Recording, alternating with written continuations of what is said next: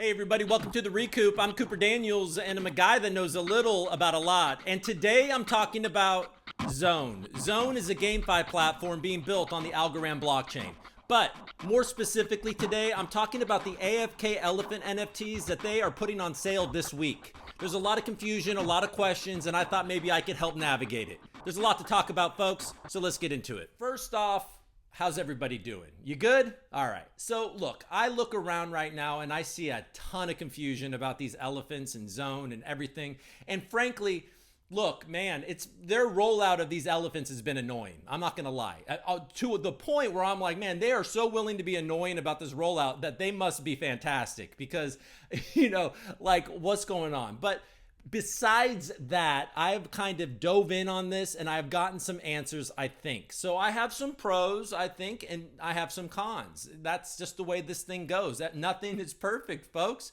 But before I really dive in on the elephants, I think maybe we should just talk about what ZONE is. So ZONE is a GameFi platform that will be a first of its kind on the Algorand blockchain. It's exciting. It has a bunch of institutional backing, a lot of money poured into it.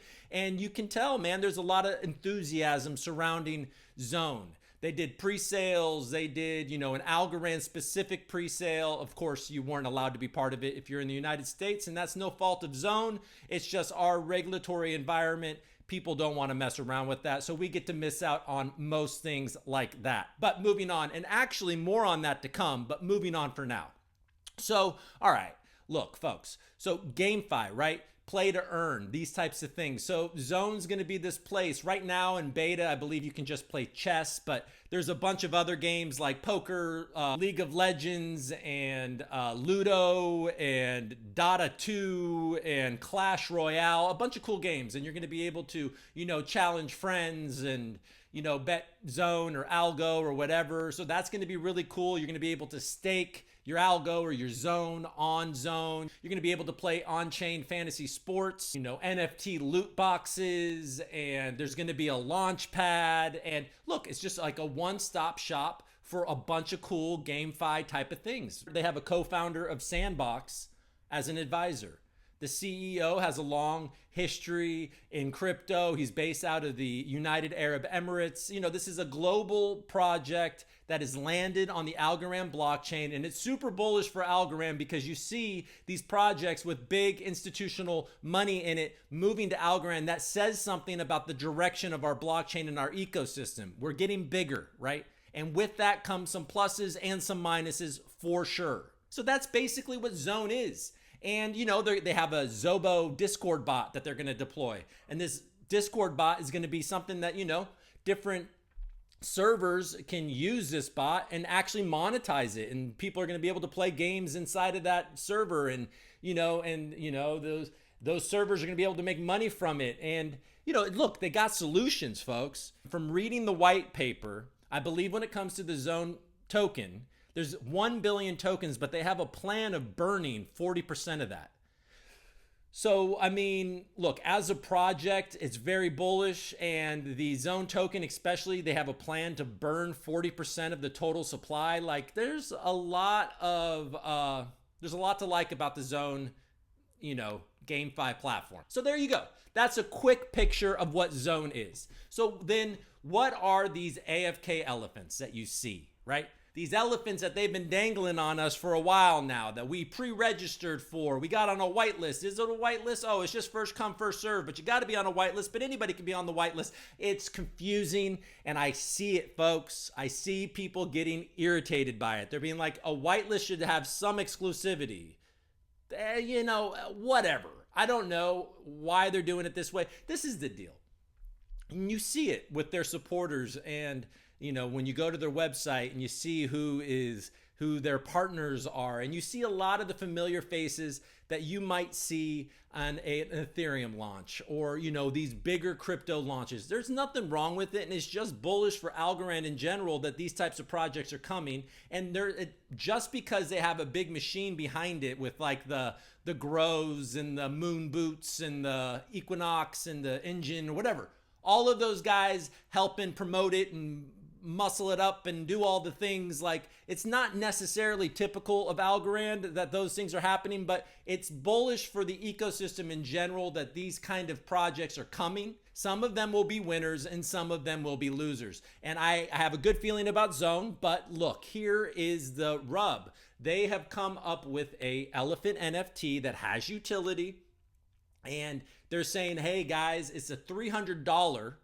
I think we've all been saying 300 ALGO, but it's actually, I believe, a $300 in ALGO purchase for one of these elephants. So now today we have ALGO over $1.08, but I believe they're going to look at the previous 7 days and do an average. So it could actually be more than 300 ALGO, folks, or it could be a little less. Who knows? It will be right around 300 ALGO because ALGO has been right around $1 for the past week, right? Unless we get an extreme pump for the next couple of days, you're looking at about 300 ALGO for one of these elephants. And there's a 10,000 total supply of these elephants. So a lot of people are like, whoa, bro, 300 ALGO mint price with a 10,000 supply? This is a racket, dude. Like, they're just, come on, folks. The Algorand NFT ecosystem is still too new for this kind of like aggressive mint price and crazy supply.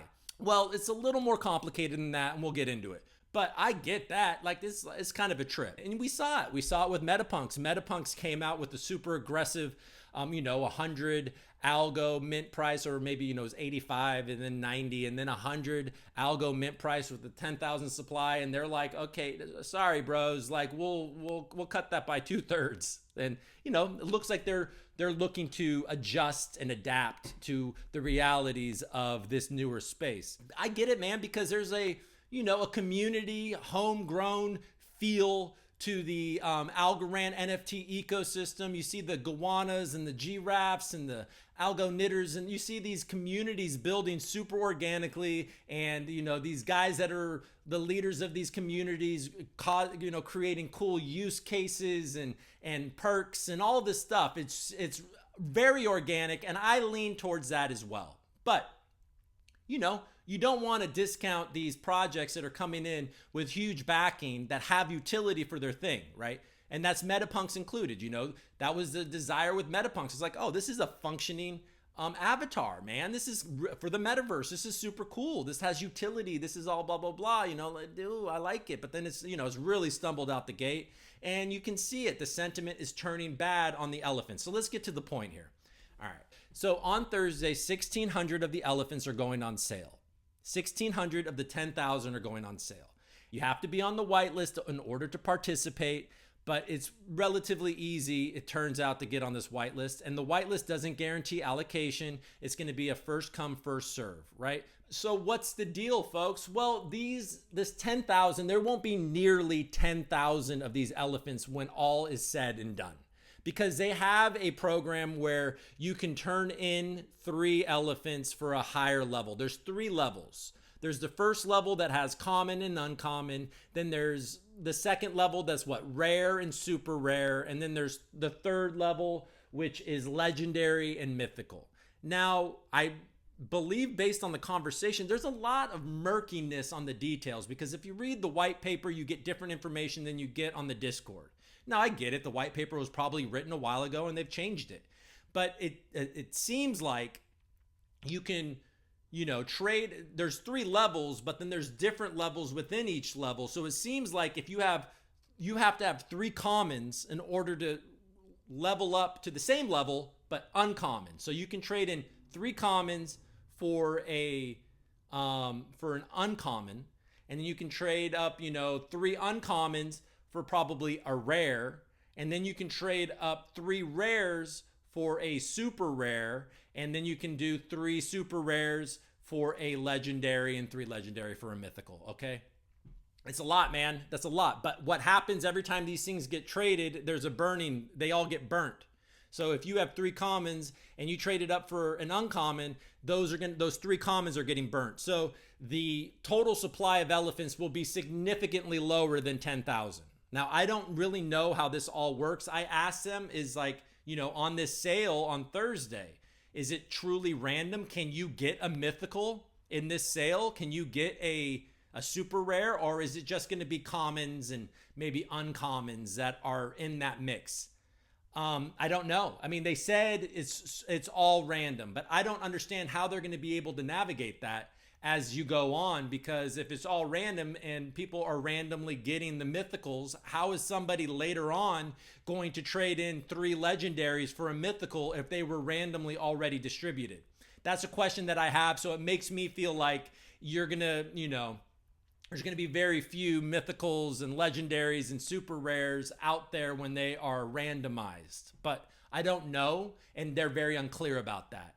So that's just basically the kind of game theory behind it. So the deflationary aspect of it is cool, right? Now it's going to be extraordinarily expensive to climb your way up to a mythical, man. It's already what, 300 algo just at mint. So now why would anybody even really want to do this? Well, there's utility. That's why you want to do this, because you are bullish on Zone and how popular it's going to be, right? Another thing I'll say about this game theory before I move on is that, as all of these commons get burnt, then the commons might become more scarce, So this whole kind of thing that they're doing could even create more value and demand for commons. And you might think, oh man, I got a common, that sucks. But eventually, as all of these commons get burnt and people want to level up and they need a common, your common might become more and more valuable, right? So if you're one of these, smaller fish that's just going to buy one because you want to partake and you're hoping to get some zone airdrops and maybe get some discounts and stuff like that, then, it could work out for you. But I have no idea. It's so murky. So some of the perks, right? The power ups of owning an elephant. Now, every single elephant, no matter if it's common or mythical, they all have the same power up abilities. You'll be able to, if you own an elephant, you'll be able to increase like tournament winnings, or you'll be able to get discounts on loot boxes, or you'll be able to boost your staking rewards, or you'll be able to, get airdrops, and, you'll be able to nullify fees. And obviously, as your rarity, as your elephant's rarity increases, the more your airdrops will be, the fees will be lower, the winnings will be higher. So it's going to be great. You're going to want to play these games with a mythical elephant. You're going to be getting the most airdrop that you can get, the highest level of airdrop you can get with the highest rarity score. And so there is utility to climb up the ladder. And I imagine with how expensive it's going to be to get up to the mythical level, you're going to get a lot of perks. But it's all the same perks. It's just at what level your perks are. And then there's another perk, right? If you own an elephant, you have access to their launch pad. That sounds great, right? Except if you're in the United States of America. So let me just express some caution, folks. Zone is going to be a regulated thing. I can pretty much assure you, more times than not, whether you have an elephant or not, you're not going to have access to this launch pad and these token sales, because they're going to want to be careful, just like every other token sale in existence. If you're a United States citizen, you probably cannot participate. So don't be buying elephants because you want to have access to this launch pad. Maybe I'm wrong about this, but I'm pretty sure that, Zone is going to be a KYC platform, right? They're looking to, create a GameFi platform on the blockchain that anybody can kind of access, right? They are looking to be the easy access to GameFi and play to earn and all of these other things, NFTs and loot boxes and all the cool shit that they're going to be doing. So I will not be surprised if if United States citizens do not have access to the launch pad, regardless if they own an elephant or not. And you got to be careful, folks, because what happens when airdrops, or whatever? Like, what if you have to do KYC for the airdrops from your elephant? And now you can't do that because you have a United States address. Like, I don't know that to be true. I asked those questions and did not get answers. All right. What do I think? I'm confused. Do I want to buy one of these? I'm on the whitelist. I got whitelisted, Thursday. Do I want to, kind of jump in and see what happens and just buy one of these things? I don't know if I want to do it. I know that, okay, a launch pad's cool, but I'm very pessimistic on US citizens really being able to participate much on that anyways. And then I'm thinking, okay, well, the zone airdrops will be cool, but like, I mean, let's be honest here. I'm going to get a common. I mean, most likely it's an expensive gamble, 300A. You're going to probably get a common. So I'm going to have the lowest airdrop possible. And I hope that the airdrops go like I think they will. But outside of that, how much am I actually going to be using the GameFi platform, right? And the artwork is cool. I like it. It reminds me of my kids like that movie Sing. It kind of reminds me of the elephant in that. I think it's nice looking. The moderator at the Discord pointed out that a lot of the promo images that are floating around are not final products, and there's been some complaints about the layering in the image, and that is not how it's going to be when they actually come out. There will be none of that. There'll be none of those layering problems or anything like that. I mean, I like the way they look, so that's a good thing. And there's a lot of cool utility, but you've got to really want to use the platform, and you want to be able to, obviously get the airdrops. I think that that's going to be the main thing that people are going to want, are the token airdrops. That's what people are going to be the most excited about, right? What do you guys think? I mean, some of the highlights of what I've talked about here is that, yes, 300 algo with a 10,000 supply sounds terrible, but that supply will be significantly reduced. So number one off the table, that isn't exactly a problem. Zone seems like it's going to be a winner. They have great backing. They have a lot going for it.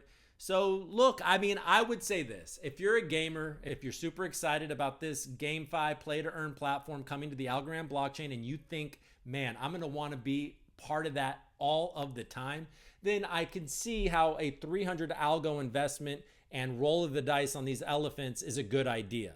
Now, if you are more like me, that would be more interested in airdrops and staking rewards and maybe the launch pad, I would negate the launch pad as something that is a good thing. I mean, the loot boxes, discounted loot boxes would be cool, but for me, that makes me on the fence. I would like airdrops, and I would like pumped up zone, staking rewards and all of that. I would like all of those things. But at the same time, I'm not a huge gamer, right? Maybe I could play more and it'd be fun. I don't know, but I don't know. So I guess if you're super excited about Zone, you're very bullish on Zone, you got in on the pre-sale, you own a ton of Zone, then yeah, man, you're going to be staking Zone on the Zone platform. Yeah, get some elephants. Do it. I would do it.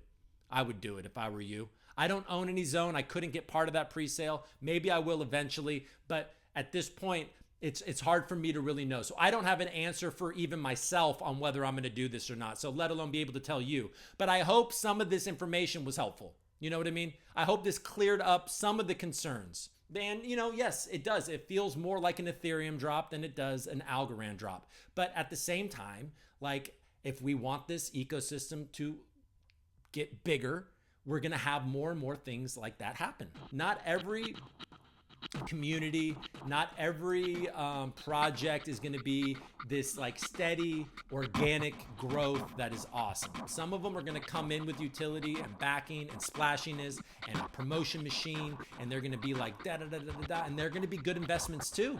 It's going to be a good idea to do that because that's just what it's going to be. All right, hey, if you like this video, hit the like button, subscribe, and yeah, thank you for watching. Do your homework.